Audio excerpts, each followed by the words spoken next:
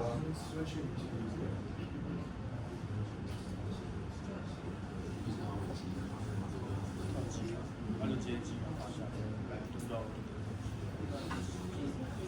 Okay, can you guys see through the screen? Okay, good. All right, so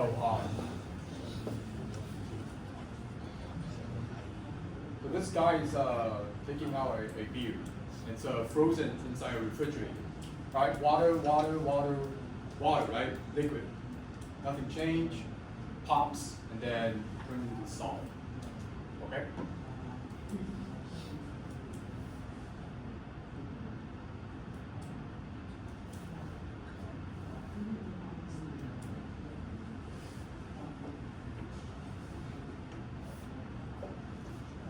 So this is kind of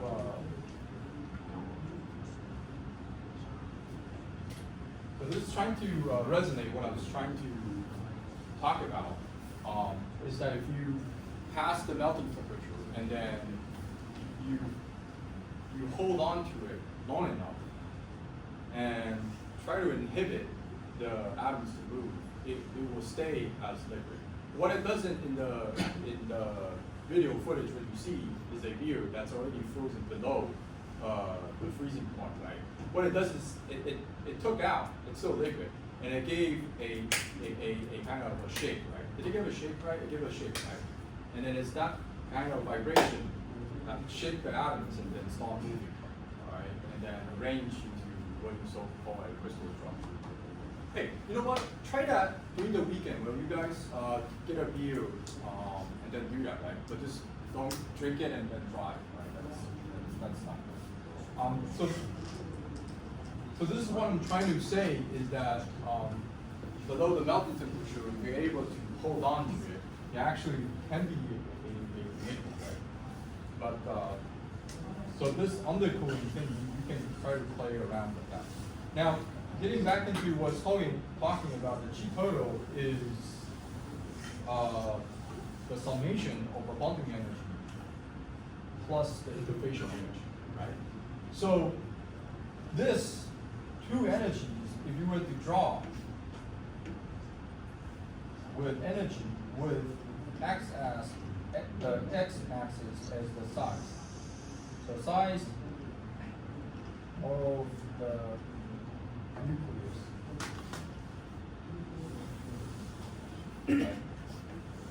So this curve is the interfacial energy. But I'm just giving it a positive tone right now. So that's proportion to R squared. All right? And then the minus one is the bonding energy, right? So this is the value.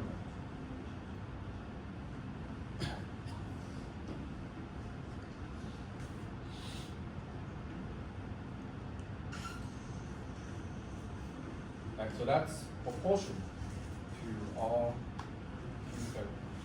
delta T. Right, so I'm not doing anything, I'm just proportion, right? So value energy is R cubic, right? R cubic, and then the interfacial energy is R squared, right? So again, where am I coming from with these two energy? 这两个的 energy 从哪？就是当我在冷却下来的时候，不是成一个固体的一个球体，那有一个 metallic bonding energy, the bonding energy, right? And then the interfacial energy is the interface between the liquid and the solid. Right? So that's the new energy we're supposed to consider. So that's the two energy, right? Now what I've done on the below graph is an energy as the y-axis and plotted with the x-axis as the radius. That's the size. So that's the nuclei that's start forming inside a liquid, right? The positive. So if you combine these two curves, you're able to draw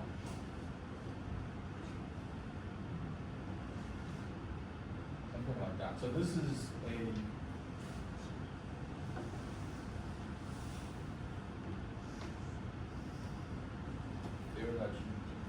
although just the two energy that add up. So you draw over here. This over here is G star.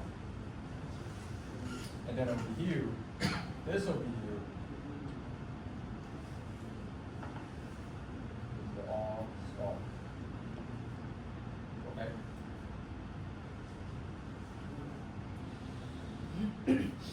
So after this, I'm gonna do some math derivative to determine what is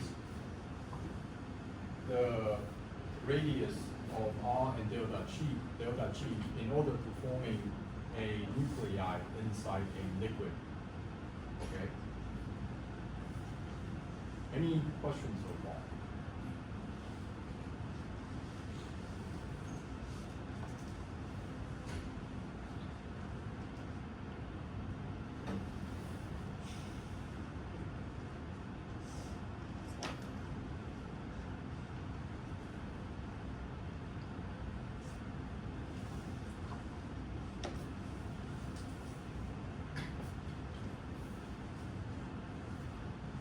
So think about inside a liquid you have atoms. Atoms always vibrating. It's vibrating around, and you have vibrations, and then it's always when you're cooling it down, when you pass the melting temperature, it's trying to find what is that energy barrier. I always try to use these atoms. They assess how much energy barrier they have to overcome in order to form that nuclei, right? Once that pass that energy barriers, you form a nuclei, right? So these atoms, they're constantly vibrating, okay? And then at a certain point, they comes around and they kind of collide each other, right? So they're getting close enough, right? So they assess that, hey, how much is this energy barrier? Is it too big or too small? If it's very small, and that energy we're able to overcome, it's stable and form a nuclei. Okay, and you may ask, okay, where is that energy coming from? The energy is coming from where we pass the melting temperatures, where that undercooling, that range of that undercooling, that's where the energy is being provided that allow the nuclei being formed inside the liquid.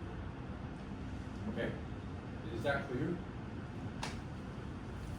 So I'm gonna move on to do some math over here. So let's determine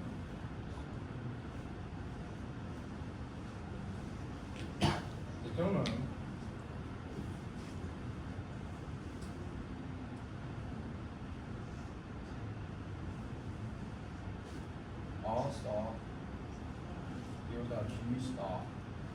I'm gonna determine what's the critical R star and delta G star. So we'll do a partial derivative of delta G total. So delta G total, partial derivative of R. So equal to 0 at R is R radius. So by the way, if you have the phase transformation book at chapter 4, they actually done a equation by equation derivative. Alright, so all I'm doing is just I'm taking this equation derivative from chapter 4. That's all I'm doing. So if you do a derivative, 0 is to be minus 4 pi R star plus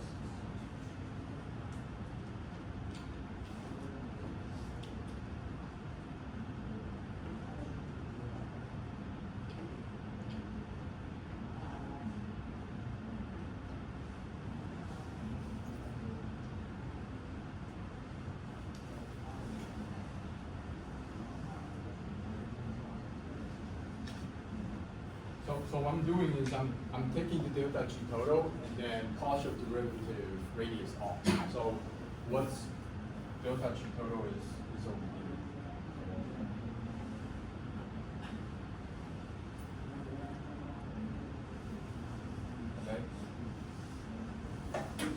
to do that, you get R star equals to 2 gamma divided by delta G.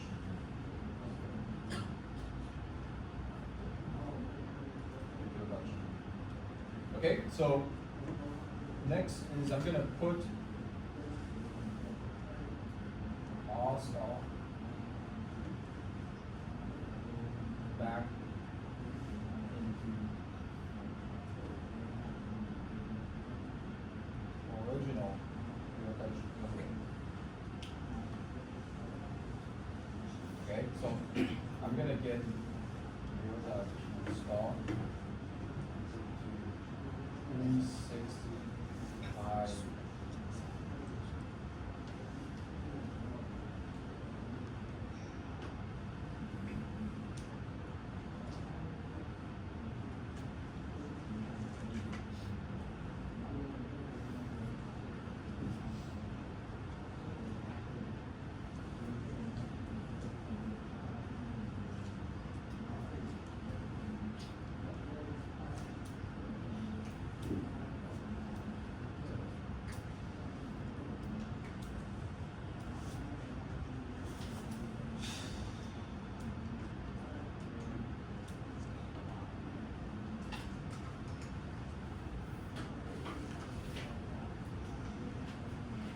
So if you put R star into back into an original G total, you get 316 pi R cubed divided by delta G cubed. So this doesn't really, what I'm trying to do is this doesn't really help because we don't know what GB is, right? So this equation doesn't really help. So we need to do more. So what we already know is GB, as I already provide, is delta EV times delta T divided by Tm. Right? So this was provided previously, right? So latent heat times delta T is the undercooling divided by the melting temperature. So that's it, right? And so if you put this inside, you get R star. So you put the delta GB inside the delta G star, you get 16 pi. So gamma cubed Tm divided by 3 delta EV squared and delta T. So delta T is the undercooling, right? So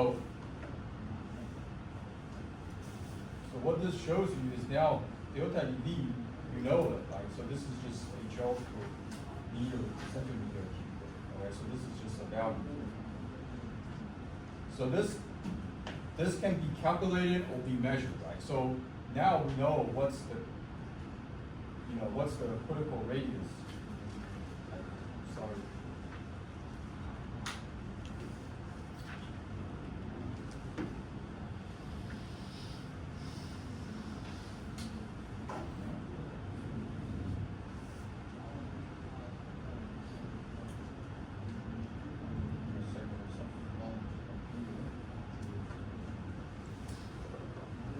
There we go.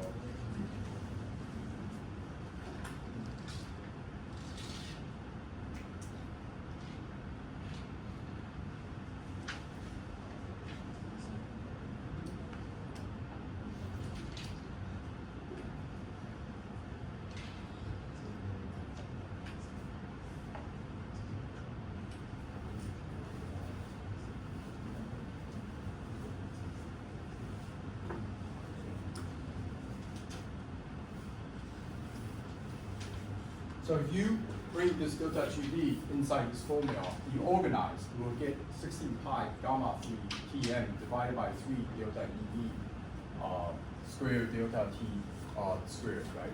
So with this, then we can know what exactly the energy we need to form a nuclei inside a nucleus formula, okay? So over here, the important is this you can also know. This you can also calculate, right? So R star is 2 gamma, that's the surface energy, divided by, we know the melting temperature, right? Divided by delta EV, that's the energy, right? So times delta T. So EV we can measure. gamma is the surface energy, from the previous table I also give you, and then you know what's the radius, the nuclear radius to form inside of it, right? Delta G, that's the free energy for forming the nuclei. We can also calculate that, okay? So for all this derivative I'm doing is just to show you what is the minimum radius to form a nuclei, all right? Any questions? So this you can find inside the chapter 4. So this is just a equation line by line that's taken from the equation. Okay? All right, so if you don't, have an idea what I'm talking about, you can review the book or look at the video footage. All right, so other stuff I'm gonna talk is from this over here is if you raise delta E, right? The R radius, vertical radius, right?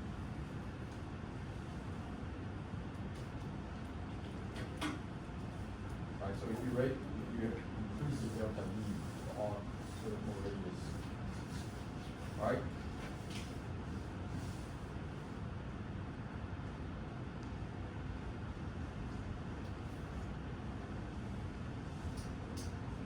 I think this part of stuff is also mentioned in thermodynamics. So if you have taken thermodynamics, this part should be also mentioned as well. Any questions? 有任何问题 ？Okay.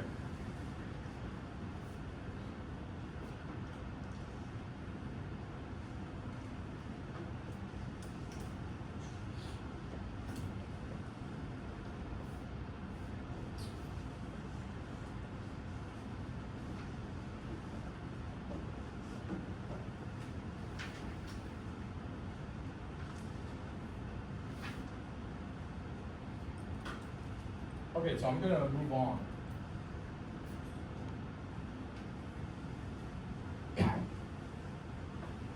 So, how do we get over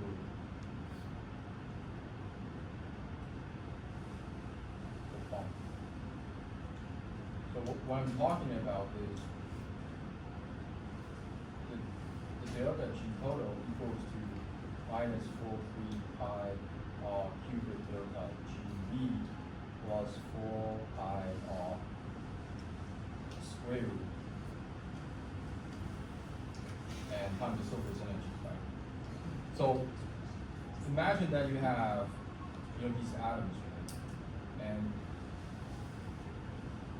how do we get from here to over here to form these nuclei? Right. So basically, again, is if you look at delta G over here, total is that you need to get over this. You need to form a critical radius R.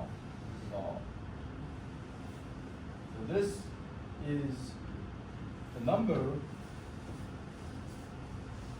of clusters of size R that give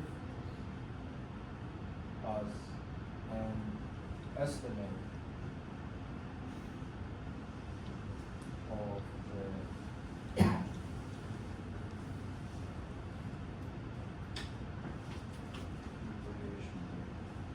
okay, so this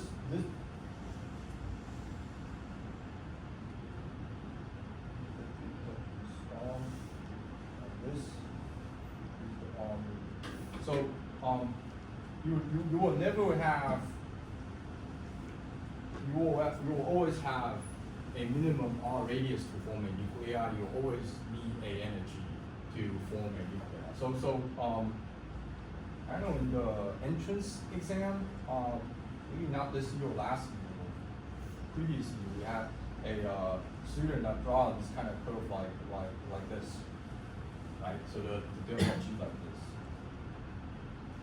right? So that cannot be happening. So if it's from a liquid to solid, you always have an energy bill regardless it's small or big. Right? So this over here, you will have a bump to kind of overcome.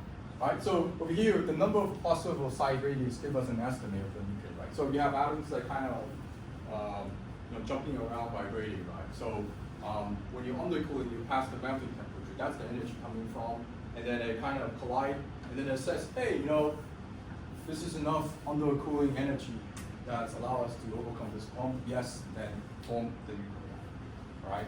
So that's the critical radius. So you ask me, okay, so what is the critical radius for aluminum for melting, for coating a very small nuclei?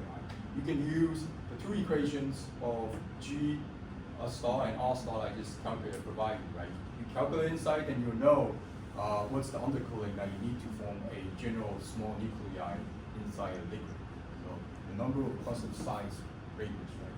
So of course it's just not it's not just like two atoms you collide to form a nuclei. Right? You probably need like what 10,000 or 20,000 or even more, atoms that kind of collide together. Questions? Do you guys have any questions? Good. Let's check how much. All right, so we're almost done.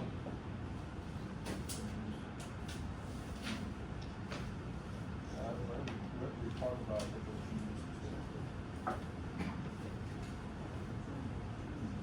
Hey, did you guys ever, for graduate students, did you guys ever cover this kind of topic before? 你们之前有上过类似这样吗？有吗？没有。是很好奇。你们那个比较好的，你们之前有上热力学吗？问过你们老师的。他是上学期开吗？等一下，上学期他应该有讲到这个了吧？没有。上次没讲，但上次有讲。就是他。就你是上2次的。我靠，太辛苦了。所以他热力学没有考，我应该跟你聊到看可以互相考虑一下。所以这个没有吧？没有。对，没有。OK， 那就好。总之要学一点新东西嘛，对不对？所以你们听众有没有什么疑问？因为有时候我看你们，我真的不知道你们是备受波涛汹涌，感到这个无穷的知识特别激起你学习欲望，还是你就心里骂一个 always 我靠，这是什么烂东西，不想把它下课？相信我比你更想要赶快下课，好不好？赶快把这个抄一抄吧，好不好？那个我怎么知道它是要变小还是要变大？因为两边不是都是同样的。对啊，所以就是一个互相，就是这一个就是它是互相拉拔，就是在拉拔的比赛嘛。它是在互相啊，就是这个一个就是，假如我已经把它弄到那个 R star 了，然后它现在是要如果往这边走的话，它也是能量不一样，然后往那边走。你说这个吗？没有，它这个只会是永远都会一个是这样子。你是说这个东西在往这边 shift 吗？还是要往？就是我现在已经东西是 R star 了。但是我变大的时候，我这个 R 变大的时候，它能量也变小。但是我的 R 变小之后，它能量也变小。但是 R 是从这边到这边嘛？对，你说变小是比如说到这里，然后这个刻度这样。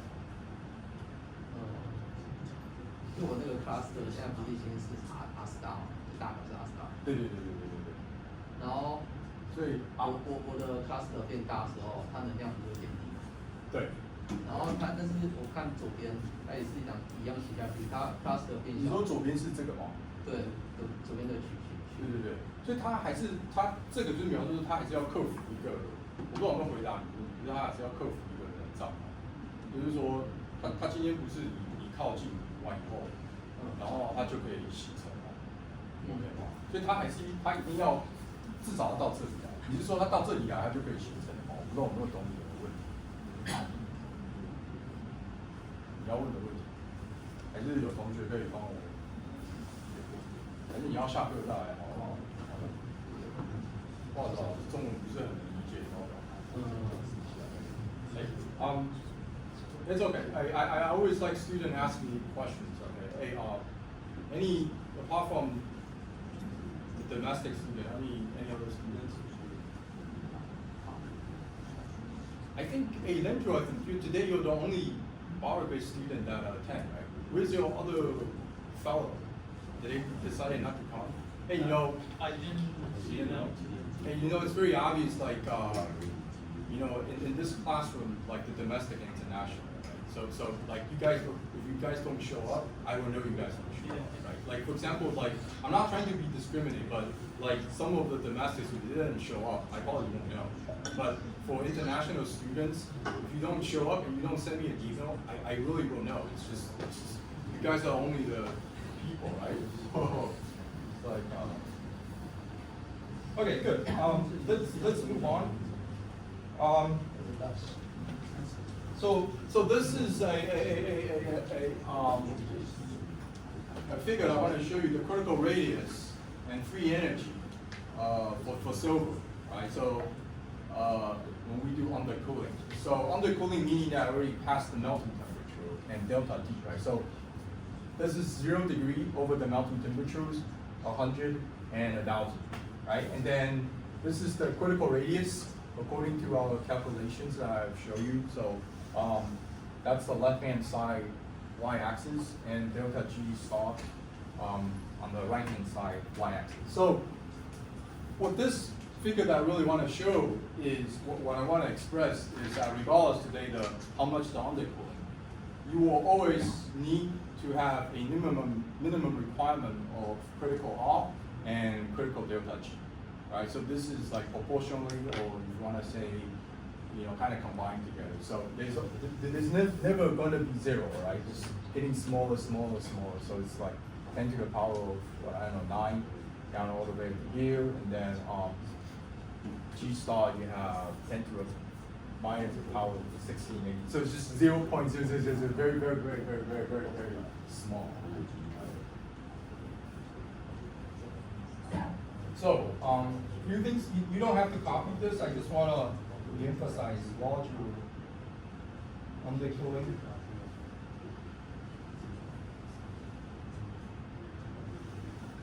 You have smaller energy panel.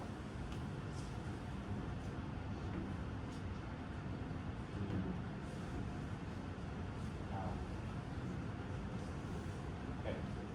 All right. All right. So this is y-axis. That's nucleation rate density, right? So how many nuclei that's formed inside a liquidus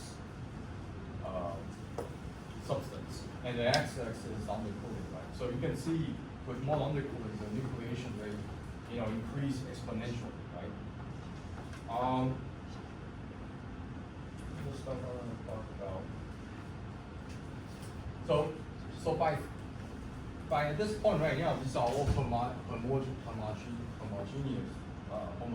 nucleation. Right? I haven't talked about heterogeneous. So what is heterogeneous, right? So my next slide I'm going to talk about is heterogeneous. What is heterogeneous?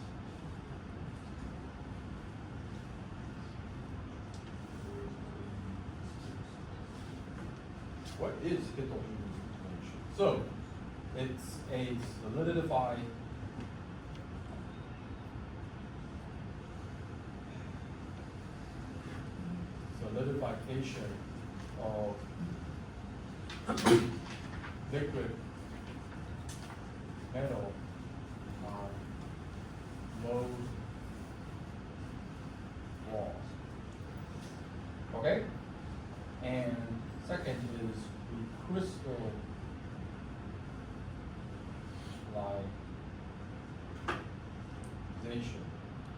再结晶 of deformed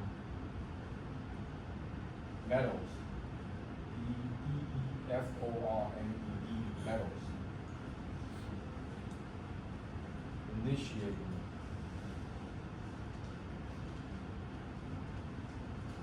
at grain boundary.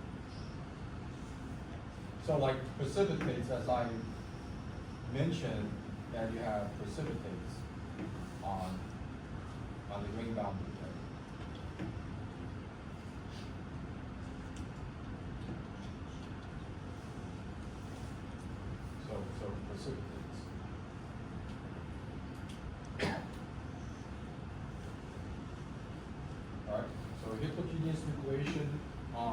solidification of liquid metals on the lower wall. Second is recrystallizations of the form metals initiating and rebounding. So this is two common things you see on heterogeneous nucleations, right? So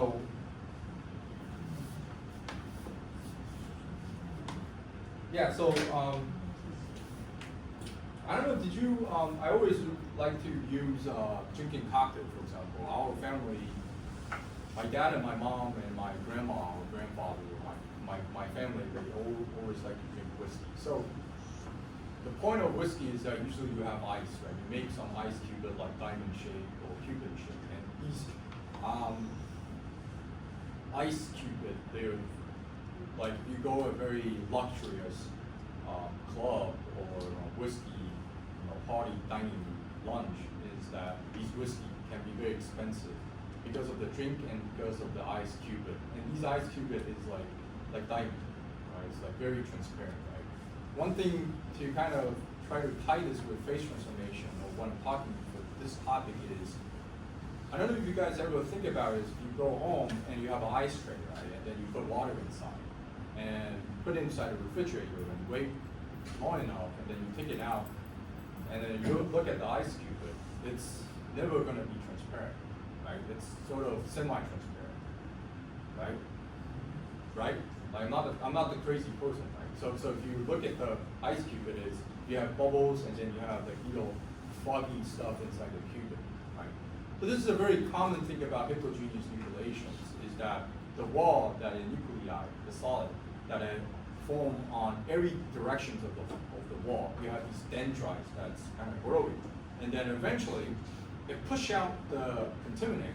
At this point, it's bubble, right?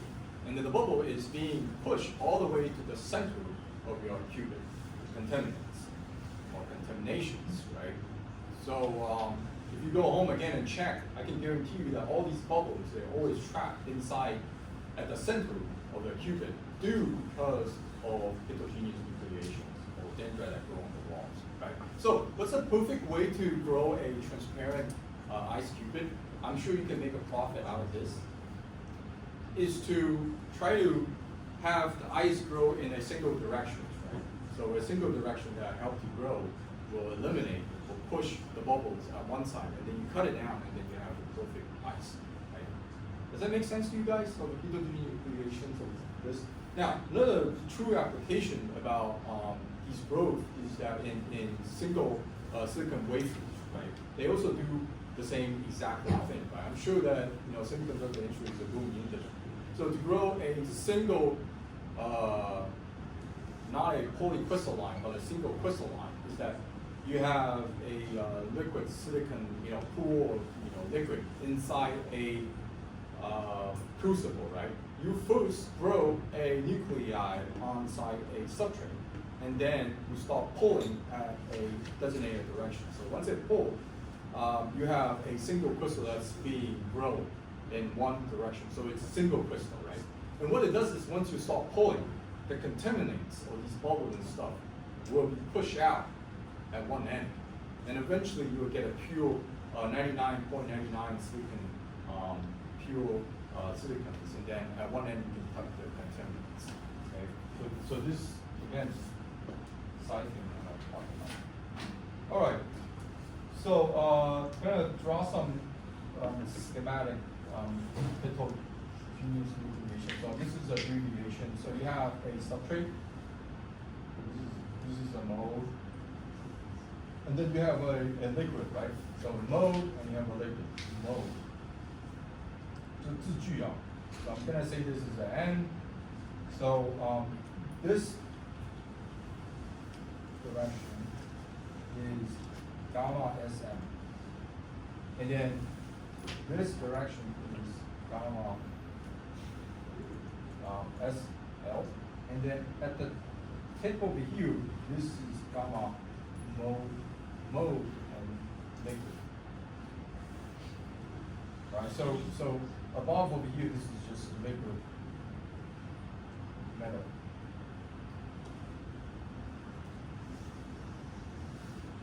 Right? So this thing, this stuff, or this like a half of a spherical stuff. This is a metal nucleus. Metal nucleus. So that's S, solid. Right? So what I'm gonna do is I'm gonna summarize the delta G heterogeneous formula. Delta G is minus Vs delta GE plus ASL gamma SL plus ASN gamma SN minus ASN gamma. Okay? So what I'm doing right now is I am doing a summation of all the G3 energies from different interfaces, the solid, liquid, vapors. Alright? So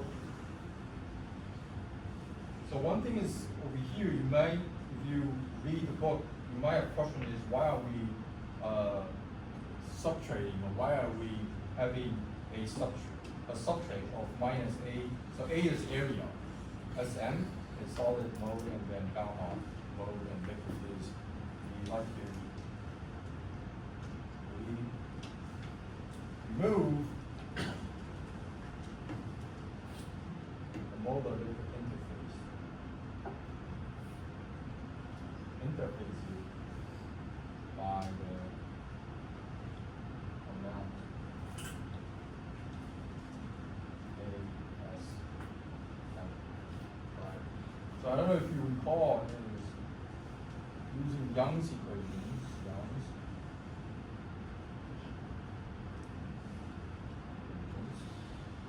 We have gamma S n plus gamma S sine C, right? So if you recall this, is that we can actually bring this into this equation, right? Let's do that. Let's bring that into the equation, so we get delta G heterogeneous equals to minus Vs delta GEV plus ASL gamma SL ASN.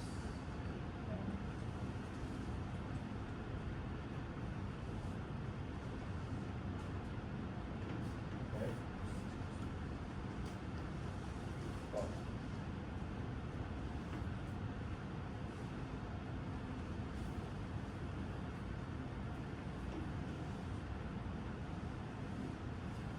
all right.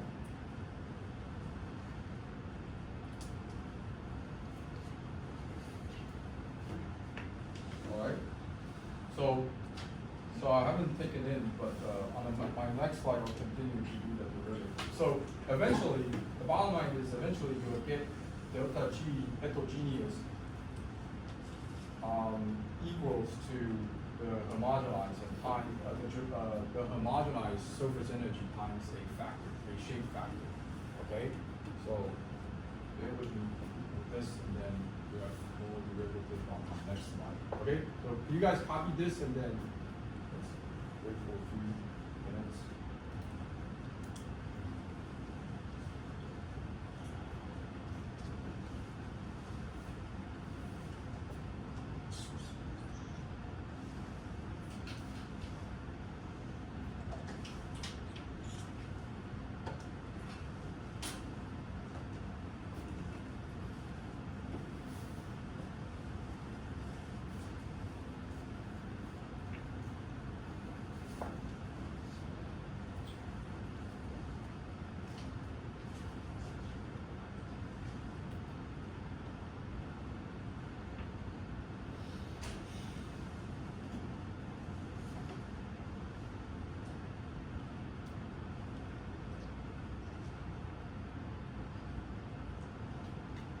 So again, what I'm trying to do is this equation over here is eventually you'll get something like this.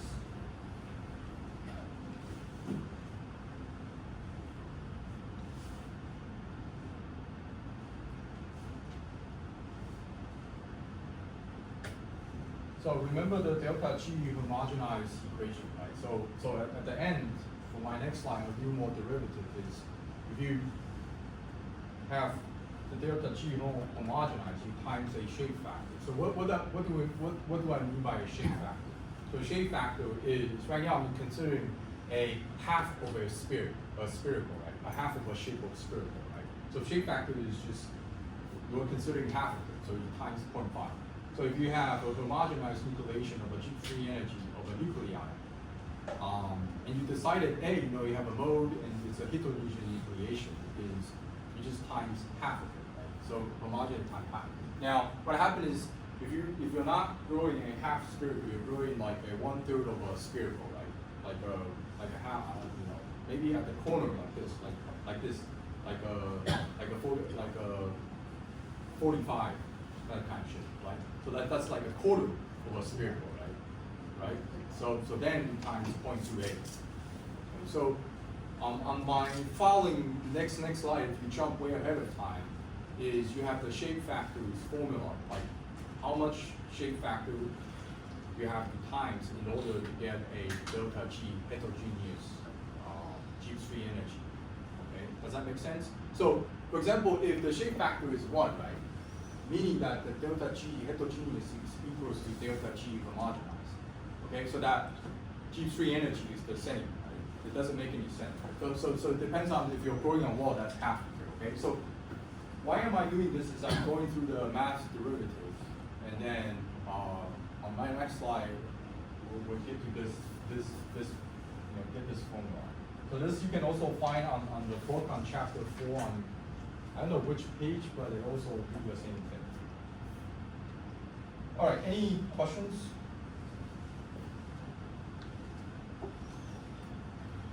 So continue on is delta G heterogeneous equals to minus E S delta G B plus A S L gamma S L plus A S N minus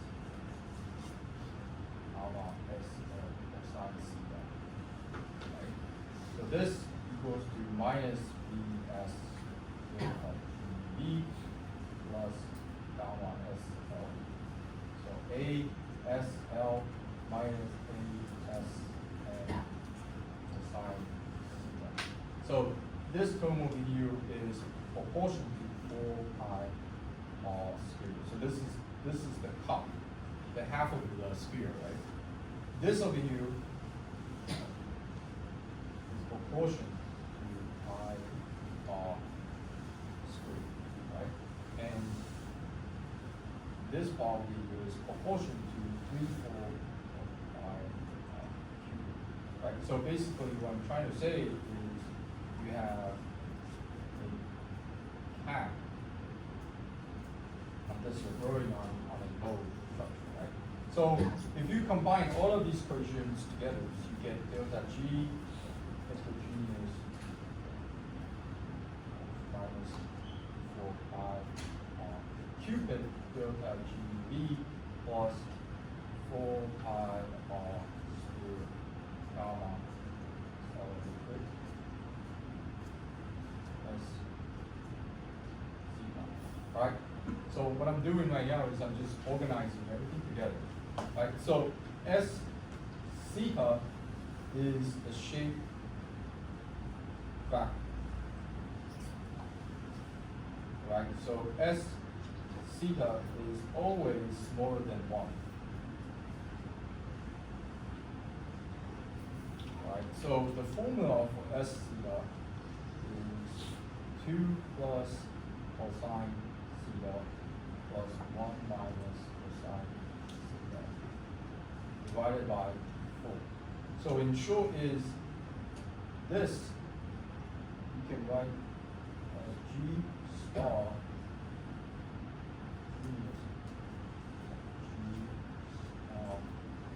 homogenized times S theta, right? So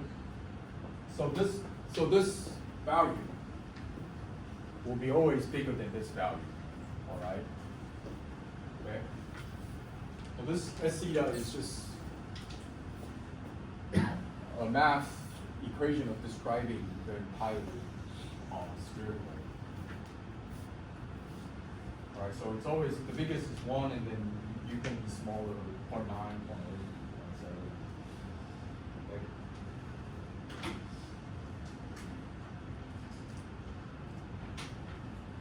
So why we're still copying this down is if you look at your next slide, is you will see the x-axis is the contact angle, right? And the y-axis is the shape factor.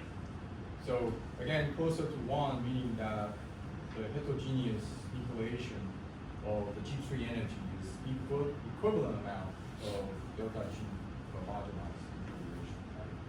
And the value, if the shape factor continues to decrease, the lower of the delta G. Okay? We have still one more slide to go.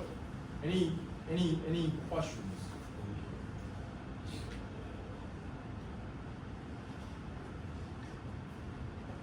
So it's interesting because I mentioned about the surface energy, right? The surface energy, how we measure the contact angle, right? So if you look at the last slide, is the effect of decreasing the contact angle, right? So make sure you also review that. So heterogeneous equation require less undercooling, right? Because the energy is just less than that required, right? Because it takes a much smaller number of atoms to create a critical size nucleus. And the critical size nucleus is just a representative of the value of the material, right? All right, do you have any questions? Okay, so I think we're almost getting to the end of today's class, so I'm gonna stop over here. I will upload the notes no later by tomorrow, right? Give me some time to organize this a little bit better, and I will ask my graduate student to upload the video footage just in case you want to still review anything, okay? So if you guys don't have any questions, our class is done for today. I'll see you next week. All right, take care. 哎，你们拿来这个，我先不要把这个关掉。